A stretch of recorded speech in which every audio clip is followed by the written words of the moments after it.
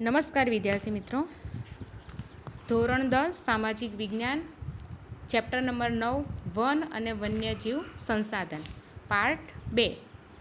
આપણે કાલે વાત કરી હતી કે જંગલોના પ્રકાર. તો આપણે જંગલોના પ્રકાર બે પ્રકારે જોયા હતા કે વહીવટી રીતે અને માલિકીના રીતે. વહીવટીમાં આપણે અનામત જંગલો, સંરક્ષિત જંગલો અને અવર્ગીકૃત જંગલો વિશે શીખ્યા હતા. જ્યારે માલિકીની અંદર આપણે રાજ્યની માલિકી, સામુદાયિક જંગલ અને ખાનગી જંગલ વિશે શીખ્યા હતા. જંગલોનો વિનાશ અને વન સંરક્ષણના ઉપાયો વિશે શીખ્યા હતા. આજે આપણે ચર્ચા કરવાની છે ભારતના જંગલોમાં રહેતા પ્રાણીઓનું વૈવિધ્ય. આમ તો આપણે જાણીએ જ છે કે આપણે જે દેશમાં રહીએ છીએ એ દેશ વિવિધતા ધરાવતો છે. અહીંયા આપણા દેશની અંદર જેમ આપણા દેશમાં વિવિધતા છે એવી રીતે અહીંયા વન્યજીવનમાં પણ વિવિધતા છે.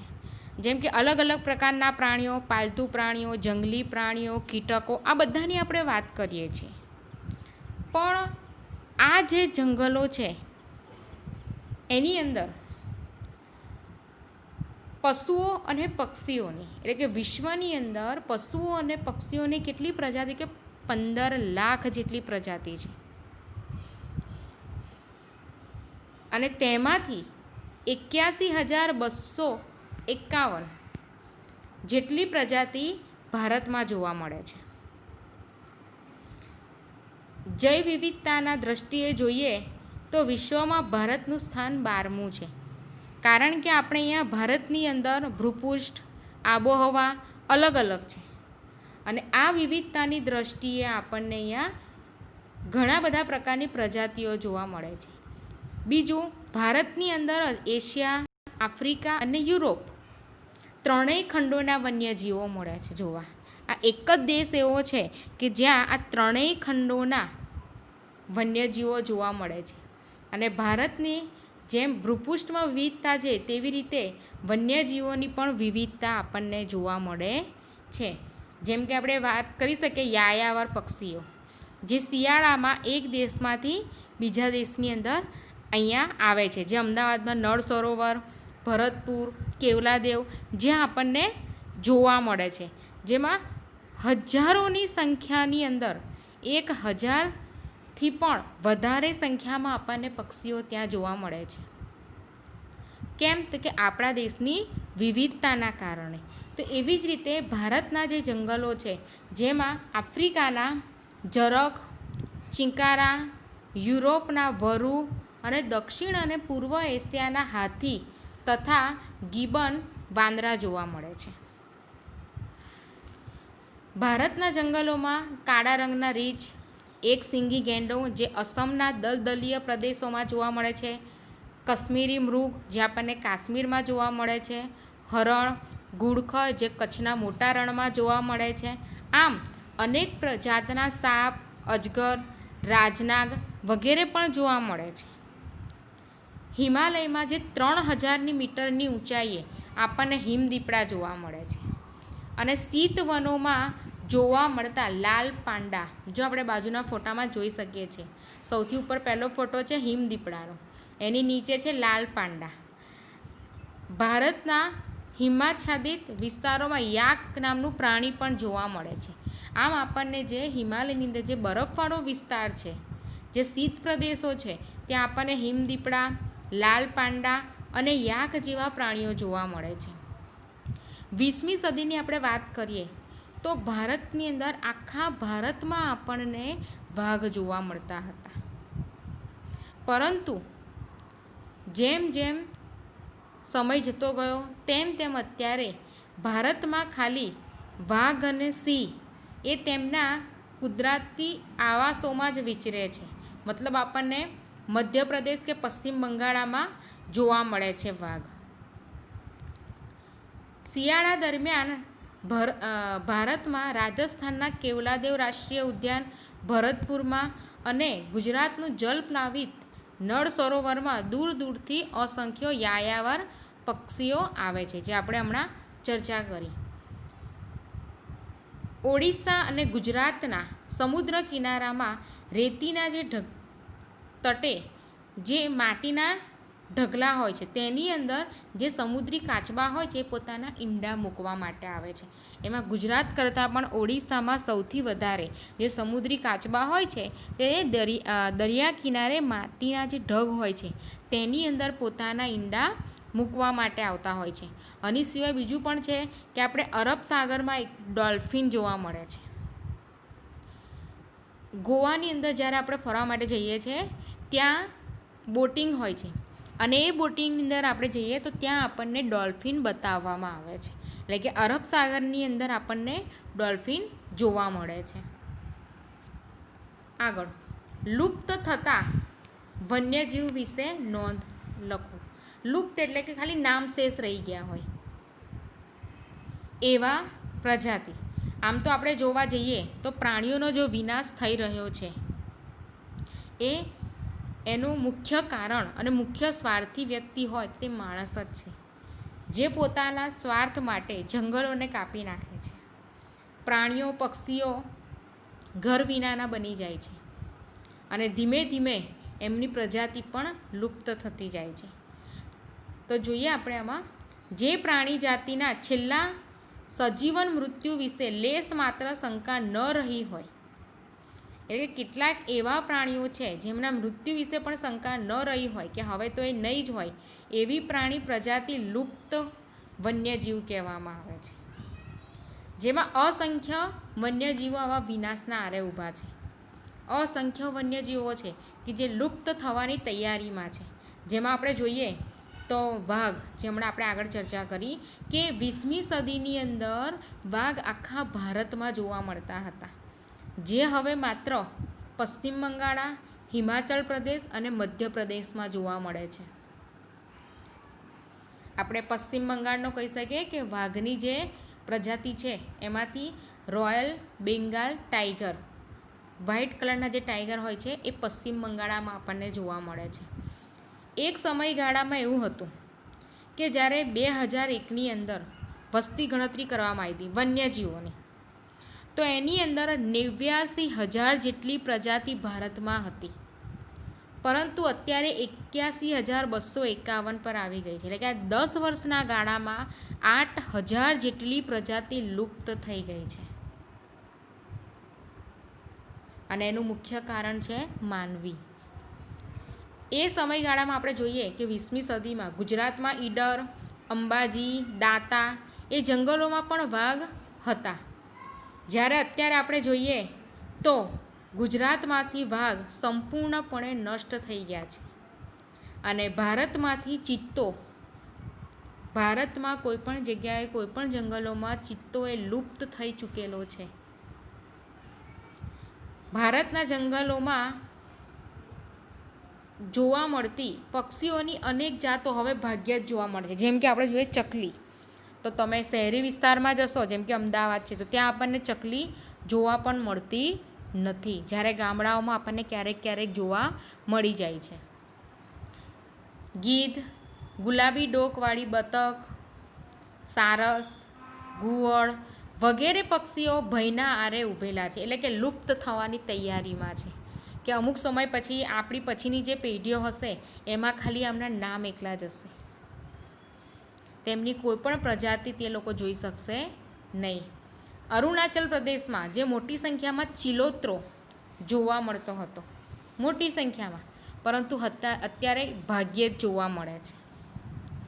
નદીઓના જે મીઠા પાણી હોય છે, આ મીઠા પાણીમાં આપણને મગરની પ્રજાતિ ઘડિયાળ અને ગંગેય ડોલ્ફિન વિનાશના આરે ઊભેલા જીવો છે.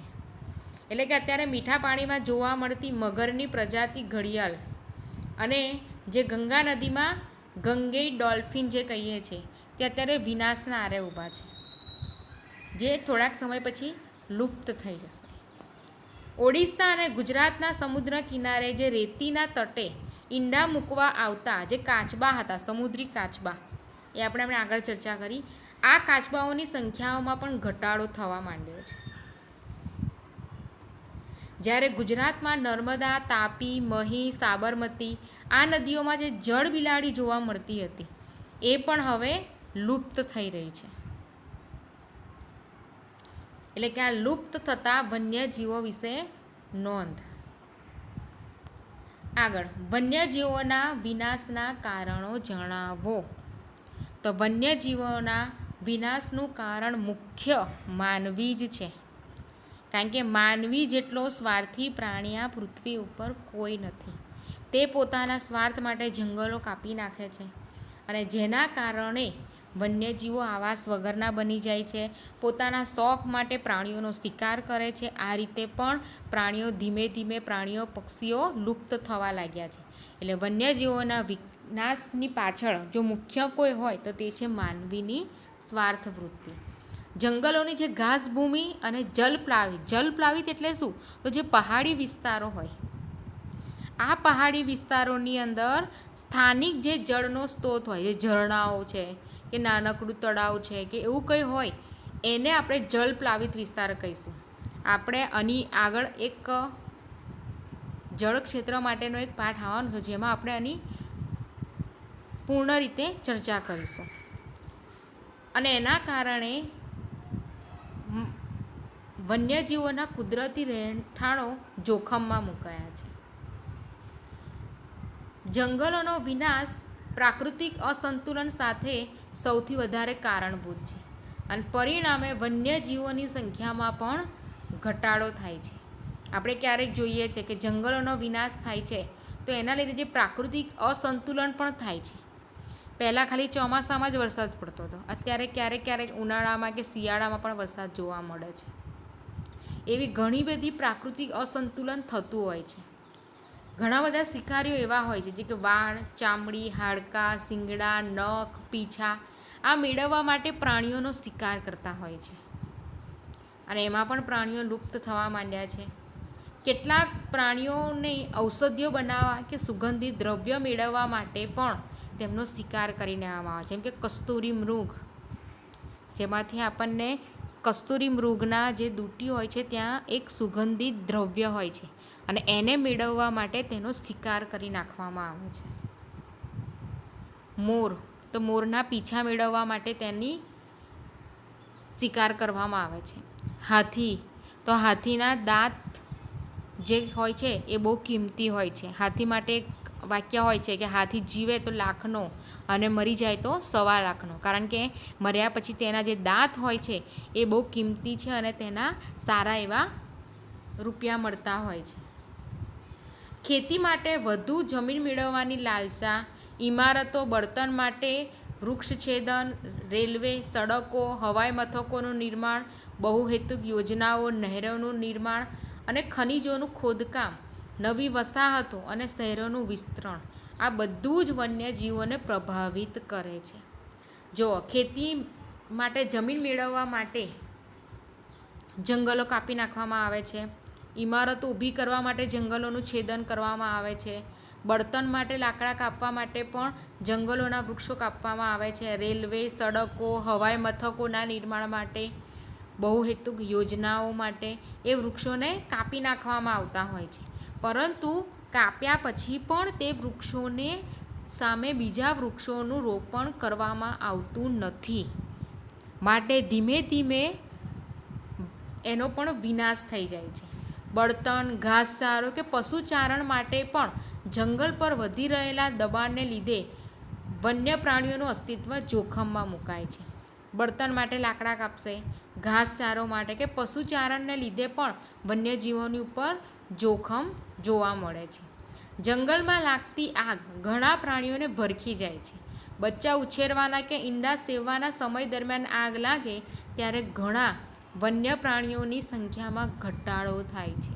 એટલે કે જંગલમાં જ્યારે આગ લાગે છે એ આગ પ્રાણીઓને ભરખી જાય છે, એટલે કે મૃત્યુ પામે છે.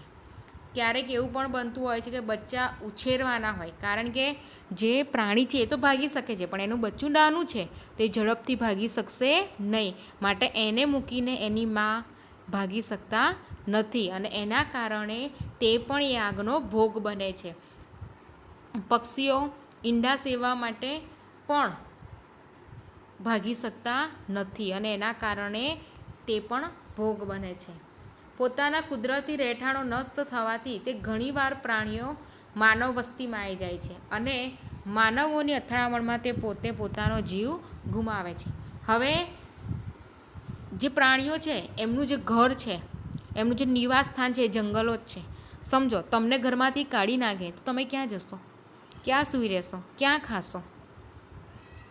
તો એવી જ રીતે પ્રાણીઓનું ઘર એ જંગલ છે. જંગલમાંથી બધા વૃક્ષો કપાઈ જશે, ત્યાં ઇમારતો, ખેતીલાયક જમીન, બહુહેતુક યોજનાઓ આ બધું બની જશે. તો પ્રાણીઓ ક્યાં જશે? અને પ્રાણીઓ કદાચ ખાવા માટે, ખોરાક માટે કે પાણી માટે જ્યારે માનવ વસ્તીમાં આવી જાય છે તો માનવીને એવું લાગે છે કે તેમને મારી નાખશે, માટે એ પ્રાણીઓને મારી નાખે છે. આમ વન્યજીવોના વિનાશ માટેના કારણો આ છે. વન્યજીવોના સંરક્ષણ માટેના ઉપાયો જુઓ. આપણે વન્યજીવોના વિનાશ માટેના કારણો, સૌથી પહેલાં વન્યજીવોનું વૈવિધ્ય જોયું, લુપ્ત થતા વન્યજીવો જોયા, વન્યજીવોના વિનાશ માટેના કારણો જોયા. હવે વન્યજીવોના સંરક્ષણ માટેના ઉપાય કે વન્યજીવોને આપણે કઈ રીતે બચાવી શકીએ છીએ. તો સૌથી પહેલાં તો વન્ય પ્રાણીઓને કુદરતી રક્ષણ આપતા જંગલોનો વિનાશ થતો અટકાવીને પ્રાણીઓને નિરાશિત થતાં અટકાવવા જોઈએ. એટલે કે જંગલોનું જે વન્યજીવોનું કુદરતી રક્ષણ છે, કુદરતી રીતે તેમને મળેલું આવાસ છે, એને કાપતા બચાવવા અટકાવવા જોઈએ. અને એ રીતે આપણે પ્રાણીઓને ઘર વગરના, આશ્રય વગરના થતાં બચાવી શકીશું. જંગલોમાં તૃણભક્ષી અને માંસાહારી પ્રાણીઓની સમતુલા જાળવવી જોઈએ. તે માટે સમયગાળે તેમની વસ્તી ગણતરી કરવી. આ ઉપરાંત જંગલના જળ સ્ત્રોતોની જાળવણી કરવી જોઈએ, જેથી તેમજ પશુ ચારણ પર પ્રતિબંધ મૂકવો જોઈએ. જો માંસાહારી પ્રાણીઓની સંખ્યા વધારે હશે અને તૃણાહારી પ્રાણીઓ ઓછા હશે તો તે સમતુલા જળવાતી નથી. અને તૃણાહારી પ્રાણીઓની સંખ્યા વધારે હશે અને માંસાહારીની ઓછી હશે તો પણ તે સમતુલા જળવાતી નથી. માટે તે બંનેની સમતુલા જાળવવી જોઈએ અને એની માટે વસ્તી ગણતરી કરવી જોઈએ. બીજું, તેમને પીવા માટે પાણીના સ્ત્રોતોની જાળવણી કરવી જોઈએ. પાલતુ પ્રાણીઓ જે પશુચારણ માટે આપણે મૂકીએ તેની પર પ્રતિબંધ મૂકી દેવો જોઈએ. અને તેની માટે વન્યજીવો પર થતા અત્યાચાર અને શિકાર કરતાં અટકાવવા જોઈએ. કે વન્યજીવોનો જે શિકાર કરવામાં આવે છે તેમની પર જે અત્યાચાર કરવામાં આવે તેને અટકાવવા જોઈએ. અને એ માટે કડક કાયદાઓ બનાવવા જોઈએ અને તેનો ચુસ્ત અમલ કરવો જોઈએ. એટલે કાયદાઓ ખાલી કાગળ ઉપર જ બનતા હોય છે, તેનો અમલ પણ થતો હોય છે પણ જોઈએ તેટલો અમલ થતો નથી. જંગલોના ક્ષેત્રોમાં થતા ગેરકાયદેસર ખનન કાર્ય પર પ્રતિબંધના ભંગ માટે કડક સજા અને દંડની જોગવાઈ કરવી જોઈએ. ખનન એટલે કે ખોદકામ. જંગલોની અંદર ગેરકાયદેસર એટલે કે કાયદાની ઉપર જઈને ખનન એટલે કે ખોદકામ કરવામાં આવે છે અને એના પર પ્રતિબંધ મૂકવો જોઈએ. વન્યજીવોના પ્રજનન કાળમાં તેમને ખલેલ ન પડે તેવી વ્યવસ્થા કરવી જોઈએ. જો પ્રજનન કાળમાં એટલે કે જ્યારે કોઈ વન્યજીવ બાળકને જન્મ આપવાનું હોય એવા સમયે આપણે તેની વ્યવસ્થા કરવી જોઈએ. જંગલોના ક્ષેત્રોમાં થતી માછીમારી, વન્ય પેદાશ એકત્રીકરણ કે પ્રવાસનથી વન્યજીવો પર પડતી પ્રતિકૂળ અસરો નિવારવા માટે યોગ્ય પગલાં ભરવા જોઈએ. એટલે કે વન્યજીવોના ક્ષેત્રોની અંદર જે માછીમારી થાય છે, વન્ય પેદાશો મેળવવા માટે જે પ્રક્રિયા થાય છે આ બધું અને પ્રવાસન, આ બધાને પ્રતિકૂળ અસરો પ્રાણીઓ ઉપર ન પડે તેના યોગ્ય પગલાં ભરવા જોઈએ. વન્યજીવોના સંરક્ષણ માટે સમાજમાં જનજાગૃતિ કાર્યક્રમો હોવા જોઈએ. એટલે કે સમાજની અંદર જનજાગૃતિ લાવવા માટે કે વન્યજીવો જો આપણે વધારે જંગલો કાપીશું તો વન્યજીવોનો આશ્રય છીનવાઈ જશે, તે લોકો રહી નહીં શકે, ક્યાં રહેશે, ઘર વગરના થઈ જશે. અને માટે તેમના સંરક્ષણ માટે સમાજની અંદર જનજાગૃતિ, લોકોમાં જાગૃતિ લાવવાના પ્રયત્ન કરવા જોઈએ. વન સંરક્ષણ માટે જે યંત્ર જે શિથિલ બન્યું હોય તે સમાજ સંસ્થાઓ તેના પર દબાણ લાવી તેને સક્રિય બનાવવું જોઈએ. એટલે કે વન સંરક્ષણવાળા જે હોય એ કામ કરતું જે યંત્ર છે, જે સંસ્થા છે, એ જોઈએ તેવું કામ કરતું ન હોય, જે સામાજિક સંસ્થાઓ જે હોય છે એ સામાજિક સંસ્થાઓએ વન્ય જીવ સંરક્ષણ માટેનું જે તંત્ર છે તેને સક્રિય બનાવવું જોઈએ. બીમાર વન્યજીવોને સમયસર તબીબી સારવાર આપવાની વ્યવસ્થા કરવી જોઈએ. એટલે કે જે બીમાર છે વન્ય જંગલના પ્રાણીઓ તેમને ઝડપથી સારવાર મળે તેવી વ્યવસ્થા કરવી જોઈએ. વન્યજીવોને ખોરાક અને પાણી પૂરતા પ્રમાણમાં મળી રહે તેવા પ્રયત્નો કરવા જોઈએ. આ સાથે આપણે આગળની ચર્ચા બીજા વિડીયોમાં કરીશું. બીજી વસ્તુ કે મિત્રો, આ જે પ્રશ્નો છે એની અંદર તમે પોતાના વિચારો પણ લખી શકો છો. પોતાને શું આ જંગલોનું જે વિનાશ થઈ રહ્યો છે એની અંદર તમે પોતાના શું કરી શકો છો, તમે તમારા વિચારો પણ આ પ્રશ્નોની અંદર દર્શાવી શકો છો. આગળની ચર્ચા આપણે બીજા વિડીયોમાં કરીશું.